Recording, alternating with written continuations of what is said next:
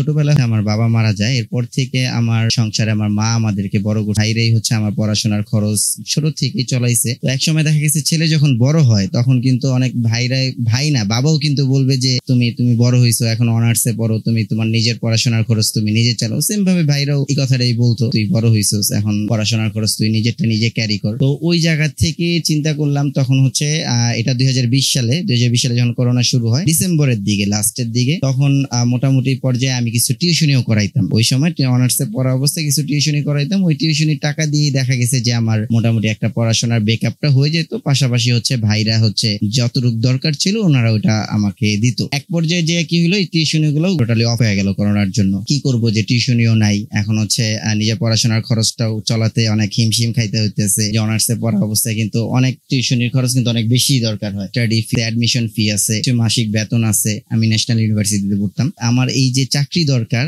এখন হচ্ছে আমার মূল মাথার মধ্যে একটা কনসেপ্ট হয়ে গেল যে না, এখন তো টিউশনি বন্ধ হয়ে গেছে, এখন এনি হাও আমার একটা কিছু করতে হবে। আমার পড়াশোনার খরচ চালাতে পাশাপাশি যেহেতু আমার বাবা নাই, তো আমার সংসারেও একটা খরচ আছে। ওই সংসারের খরচটাও কিন্তু আমার ক্যারি করে তখন সাপোর্ট দিতে হতো যতটুকু পারতাম। ভাইরা বলতো না যে এটা দে ওটা দে, এটা তোর দেওয়া লাগবে, মানে আমার উপরে চাপাই দিত না কিছু, কিন্তু হচ্ছে তখন বলতো যে কন্ট্রিবিউট করার দরকার, একটু বড় হয়েছি। আমার এই এলাকায় একটা বড় ভাই ছিল, এই মার্কেটেরই, তার সিসিটিভি ক্যামেরার শোরুম। তো সিসিটিভি ক্যামেরার দোকানে কি করলাম যে আমি তাকে অনেক ভাবে রিকোয়েস্ট করলাম, ভাই যে আমার একটা চাকরি দরকার, এমন এমন আমার অবস্থা এখন একটু সমস্যা, আমার আর্থিক ভাবে একটু ক্রাইসিস আছে, পড়াশোনার খরচটাও তো মেনটেন করতে হবে, চালাতে হবে। তো ওই সময় তাকে অনেক রিকোয়েস্ট করার পরে আমাকে একটা সে চাকরি দিল। বললো ঠিক আছে যে তুমি তাহলে আমার সিসিটিভি ক্যামেরার দোকান আছে, তো এখানে হচ্ছে তুমি থাকো, তুমি করো, দেখি তোমার অ্যাক্টিভিটি কেমন। তো আমি আলহামদুলিল্লাহ ওই মাস থেকে 21 জানুয়ারিতে আর কি, তো ডিসেম্বরের 15 দিন থাকা অবস্থায় আমি চাকরি করছি। তো ওইটা কাউন্টেড না করে জানুয়ারির 1 তারিখ থেকে জয়েন হলাম। তো ওর পরের থেকে দেখা গেছে যে আলহামদুলিল্লাহ প্রথম অবস্থায় বেসিক কাজগুলাই করতাম সিসিটিভি ক্যামেরার। আরো এই চাকরিটার প্রতি আরো বেশি ঝুঁকলাম, তার কারণ হচ্ছে যেহেতু সিসিটিভিটা কিন্তু একটা মূলত মানুষের নিরাপত্তার জন্য ব্যবহার হয়। এটা অ্যাজ ইউজুয়াল সবাই কিন্তু এখন চাইলেই ব্যবহার করে না। সিসিটিভি বর্তমান যে মানুষের কতটা গুরুত্ব এটা রিয়েলাইজ করলাম। চোর ডাকাতি বলেন, ছিনতাই বলেন, বা এনিহাও যে কোনো ধরনের বিপদ, বাসাবাড়ির নিরাপত্তা বলেন বা দোকানের বা প্রতিষ্ঠানের বলেন, সব প্রতিষ্ঠানেই দেখা গেছে যে সিসিটিভি ক্যামেরা কিন্তু মানে বর্তমান সময় একটা পরিহার্য জিনিস হয়ে গেছে। এইটার কনসেপ্টটা চিন্তা করলাম যেহেতু আমি এই লাইনে ঢুকি, ভবিষ্যতে একটা কিছু হবে, যেহেতু এই জিনিসটা হচ্ছে মানুষের একটা মানে মানুষের সহযোগিতা, মানুষের উপকার করার একটা জিনিস, এটা কিন্তু চাইলেই মানুষে কিনে না। তো ঢুকানোর পর বেসিক অবস্থায় একবারে ছোটখাটো, মানে আমি পোলাপান হিসাবে কাজ করছি, ছোট যারা করে আপনার হচ্ছে এই মালা আনা নেওয়া, স্টক কাউন্টিং, এগুলা। আমার স্যালারিটা একেবারে ফার্স্ট মানে আমার 7,000 টাকা স্যালারি ধরছে। তো ঠিক আছে ভাই, সমস্যা নেই, 7,000 টাকা হলেও হবে। আর প্রতিদিন আমার একটা কনভেন্স দিয়ে দিত যাতায়াত ভাড়ার জন্য, আর 7,000 টাকা মাসিক দিবে। তো এই 7,000 টাকায় ঢুকে আমি কি করলাম, 1 মাস করলাম। 1 মাস করার পরে মানে মোটামুটি বস, যে ভাই বসই বলি যেহেতু উনি আমার বস আমার মানে স্যাটিসফাইড হয়ে সে বললো যে না মিদুল, তুমি কিছু করতে পারবা, তোমার মধ্যে ট্যালেন্ট আছে, তাহলে সেলস করো। তো ওই প্রথম মাসে আমাকে সেলস দেওয়ার আগেই আমি ওই মাসে তাকে 30,000 টাকার মতো পুরো মাসে একটা প্রফিট আইনা দিয়েছিলাম, যে ভাই আমি এই মাসে এই সেল গুলা করছি। আমি স্টক কাউন্টের পাশাপাশি উনি সাবমিট করার পরে উনি স্যাটিসফাইড হলো। তো স্যাটিসফাইড হওয়ার পরে উনি আমারে বললো যে না ঠিক আছে মিদুল দাদা, তুমি সেলসম্যান থাকো, তুমি সেলস করো। তো ওর পরে থেকেই দেখা গেছে যে ওই মাসে আমাকে উনি বললো যে ঠিক আছে তোমার বেতন আমি আর 1,000 টাকা বাড়াই দিচ্ছি, আমার 8,000 টাকা স্যালারি করে দিল। আর বললো যে তুমি যত প্রফিট করতে পারবা সেলসে, ওটার উপরে তোমার একটা কমিশন দিব, মানে সেলস প্রফিটের উপরে। তো ওইটার থেকে চিন্তা ভাবনা করে তখন মাথার মধ্যে একটা টার্গেট নিলাম, আমি একটা লক্ষ্য নিলাম যে আমি যদি সেলস করতে পারি তাহলে আমি ভালো ইনকাম করতে পারবো বা আমি উপরে উঠতে পারবো। যে বিষয় হচ্ছে যখন ওই মাসে হচ্ছে আমারে কি বললো যে তুমি সেলস করো, 8,000 টাকা স্যালারি দিয়ে দিল আর কমিশন বেস দিয়ে দিল। আমি ওই মাসে থেকে একটা টার্গেট হলো যে আমার সেলস করতে পারলে আমার হচ্ছে প্রফিটটা ভালো হবে। এরপরের থেকে আমার হচ্ছে অ্যাক্টিভিটি শুরু হলো যে না আমি হচ্ছে এখন থেকে সেলস করব। সেলস করতে হলে আমার কি করতে হবে, আর যেহেতু এটা সিসিটিভি ক্যামেরা, এটা অবশ্যই মানে সিসিটিভি ক্যামেরা কিন্তু অনেক মানুষই বিক্রি করে, আশেপাশে অনেক মানুষ আছে, কিন্তু আমি বরাবরের মতো সবসময় একটা লক্ষ্য রাখতাম যে সিসিটিভিটা কেন মানুষ আমার থেকে নিবে, কথা বুঝেন। তো ওইটার থেকে চিন্তা করে আমি কি করতাম যে কাস্টমারকে সব সময় দেখা গেছে যে একবারে ক্লোজলি ডিপলি অনেকক্ষণ সময় ধরে ওনাকে বোঝানোর চেষ্টা করতাম যে ক্যামেরা তো আসলে সব ক্যামেরা সবার জন্য না, কিছু কিছু ক্যামেরা আছে। এটা আপনি যেমন আপনার একটা মুদি দোকান, হ্যাঁ মুদি দোকান, এখন এই জায়গায় আপনি একটা ক্যামেরা সেট আপ করবেন। এখন যদি আমি আপনাকে বলি যে ভাই এখানে আপনি 20,000 টাকা ক্যামেরা খরচ করে ব্যবহার করেন, তাহলে তো সে বুঝবে না, কারণ ক্যামেরাগুলো ফার্স্ট টাইম সবাই কিন্তু প্রথমবারই নেয়। তাদের এইটা সম্পর্কে 90% মানুষেরই কোনো অভিজ্ঞতা থাকে না। 10% মানুষের একটু যাচাই করে অনুসন্ধান করে, তারা শুধু শুধু মডেল ওয়াইজ বলে নিয়ে যায়। আর আর বাকি 90% মানুষই কিন্তু বুঝতে চায় যে আসলে ক্যামেরাগুলো লাগাবো যে আমি কি ধরনের ফ্যাসিলিটিস পাবো, আমার কোথায় লাগালে ভালো হবে, কোন টাইপের ক্যামেরা নিতে হবে। আমাদের কাছে কিন্তু অনেক ক্যামেরা আছে। এখানে হচ্ছে আমি বর্তমানে আমি সব ব্র্যান্ড নিয়ে কাজ করি আলহামদুলিল্লাহ। তো ওইখান থেকে চিন্তা করলাম যে মানুষকে কিভাবে সুন্দর মতো একটা জিনিস বুঝাইয়া যে এই ক্যামেরাটা নিলে আপনার এই উপকারিতা পাবেন, এটা হচ্ছে প্রথম বিষয়। যার যেটা প্রয়োজন ওই জিনিসটাই তাকে দেওয়ার চিন্তা করতাম। তখন হচ্ছে এটা কাস্টমার চিন্তা করতো যে ভাইয়া অনেক সুন্দর মতো স্মুথলি আমাকে জিনিসটা বুঝাইছে, তো ওনার কাছ থেকে আমি যদি 10 টাকা বেশি দিয়ে হইলো তখন ওনারা চিন্তা করবে যে না ভাইয়ার কাছে ক্যামেরা নেই। কিন্তু আমরা বরাবরই হচ্ছে ক্যামেরা হোলসেল করতাম। হোলসেলে হচ্ছে দেখা গেছে খুবই সীমিত প্রফিটে দিতাম। মানুষকে সবসময় হালাল ভাবে যে একটা চিন্তা করার বিষয় যে আমি হালাল উপার্জন কিভাবে করতেছি। তো মানুষের হালাল ভাবে উপার্জন করতে হলে অবশ্যই হচ্ছে আপনার ওই ব্যক্তিকে সঠিক ইনফরমেশন দিয়ে, সঠিক তথ্য দিয়ে, তা থেকে যদি আমি অল্প পরিমাণে যদি রুজি করি ওটাই হচ্ছে বরকত ভাই। আর যদি আমি ভুলভাল তথ্য দিয়ে তাকে যদি হচ্ছে আমি ম্যানিপুলেট করে যে আমি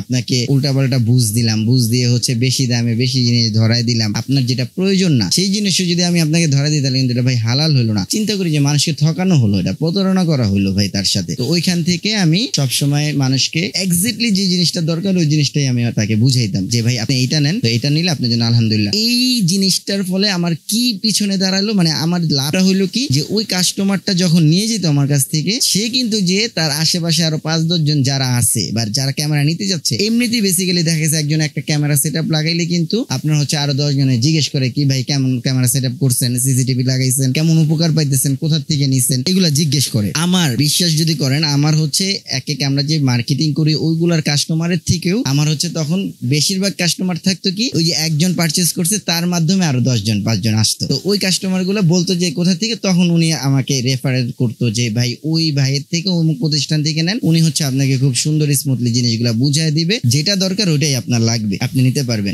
এইভাবে করে কি হয়েছে যে আমার মোটামুটি দেখলাম যে আলহামদুলিল্লাহ আমার ভালো একটা সেল হইতেছে আলহামদুলিল্লাহ। কাস্টমারও আমার প্রতি স্যাটিসফাই, আমিও তাদের সাথে একটা আন্তরিকতা অনেক যে না ঠিক আছে ভাই, অনেক আন্তরিকতা অনেকেই আছে ভাই। জিজ্ঞেস করলে দেখা গেছে প্রোডাক্ট হচ্ছে ভাই এটা এত রেট, শেষ এতটুকুই, মানে এত কাস্টমারের সাথে কথা বলতে চায় না, বিরক্ত বোধ মনে করে, আছে অনেকেই ভাই। কিন্তু এই জিনিসটা থেকে আমি নিজেরে সরাইয়া আমি করলাম কাস্টমারের সাথে আন্তরিকতা হওয়ার চেষ্টা করলাম, বলে দেখলাম আস্তে আস্তে আমার সেলস বাড়লো। 3 বছর ধরে আমি ওইখানে আজকে 2024 সাল পর্যন্ত আমি ওইখানে জব করলাম। তো জব করার ঠিক 6 মাস আগে তখন আমি বিয়ে করলাম। আমার হচ্ছে বিয়ের পরে আলহামদুলিল্লাহ আল্লাহ তাআলা আরো বরকত দিচ্ছে সবকিছুতেই। বিয়ে করা 6 মাস পরে তখন চিন্তা করলাম না, চাকরি যেহেতু করতেছি, চাকরি করলে তো সারা জীবন চাকরি করে যেতে হবে। তো এই চাকরি আমার নিজের তো ক্যারিয়ার ভবিষ্যৎ আছে, আমি বিয়ে করছি, আমার ছেলে সন্তান হবে, বাচ্চা কাচ্চা হলে তাদেরও তো ভবিষ্যৎ আছে। ওই জায়গা থেকে চিন্তা করলাম যে ভাইয়া না, আমার একটা নিজস্ব একটা কিছু দরকার, যেহেতু আমাকে মানুষে ভালোবাসে, কাস্টমার আমাকে ভালোবাসে, পছন্দ করে।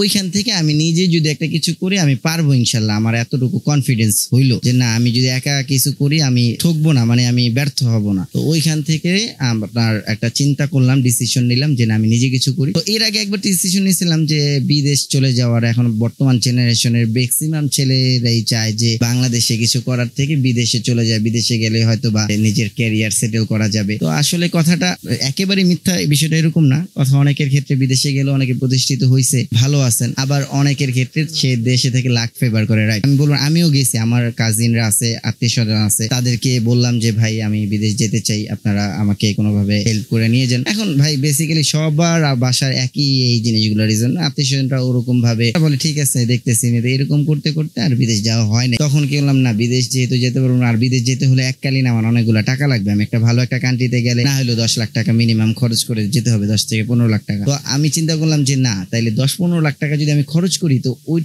ওই টাকা দিয়ে বা ওর থেকে কম টাকায় দেশে কিছু করা যায় কিনা। যেহেতু আমি একটা লাইনে ছিলাম সিসিটিভি ক্যামেরার, আর এইটার ভবিষ্যৎটা চিন্তা করলাম যে সিসিটিভি কিন্তু ভাই মানুষের প্রয়োজনীয় জিনিস, যেটা আপনি একটা প্রতিষ্ঠান নিলেন আগেই চিন্তা করে একটা সিসিটিভি আপডেট টেকনোলজি, যে এই টেকনোলজির উপরেই কিন্তু মানুষের দিন দিন ডিপেন্ডেন্ট হচ্ছে। তো ওইখান থেকে চিন্তা করলাম যে সিসিটিভি ক্যামেরাটা খারাপ না, মানুষের নিবে, উপকার হবে প্লাস দেশের উপকার হবে। কারণ ক্রাইম হলে তৎক্ষণিক হচ্ছে কিন্তু আপনার তদারকি করার কোনো কিন্তু উপায় নাই। উপায় কি, শুধুমাত্র যদি আপনার প্রতিষ্ঠানে বা আপনার বাসাতে যদি সিসিটিভি ক্যামেরা থাকে তাহলে ওটার মাধ্যমে কিন্তু আপনি এগুলা তদারকি আইডেন্টি করতে পারবেন। এমন না যে চোর সাথে সাথে ধরতে পারলেন, এটাই শুধু উপকার না। আজকে আপনার একটা বাসায় যদি চুরি হয় বা আপনার অফিসে বা আপনার দোকানে যদি চুরি হয়, ডাকাতি হয়, পুলিশের রিপোর্ট করার আগে, পুলিশ রিপোর্ট লেখার আগে জিজ্ঞেস করবে আপনার কি সিসিটিভি ক্যামেরা আছে কিনা। যদি সিসিটিভি ক্যামেরা থাকে তাহলে পুলিশ কিন্তু আপনার রিপোর্ট তদারকি সুন্দরভাবে তদন্ত করতে পারে, আর না থাকলে তখন পুলিশ একটা ধমক দিবে, আপনি আপনি প্রতিষ্ঠান করছেন এত বড়, আপনি বাড়ি করছেন এত লাখ টাকা খরচ করে, সিসিটিভি লাগান নাই কেন? অল্প পরিমাণে নিয়ে দেখি কি করা যায়।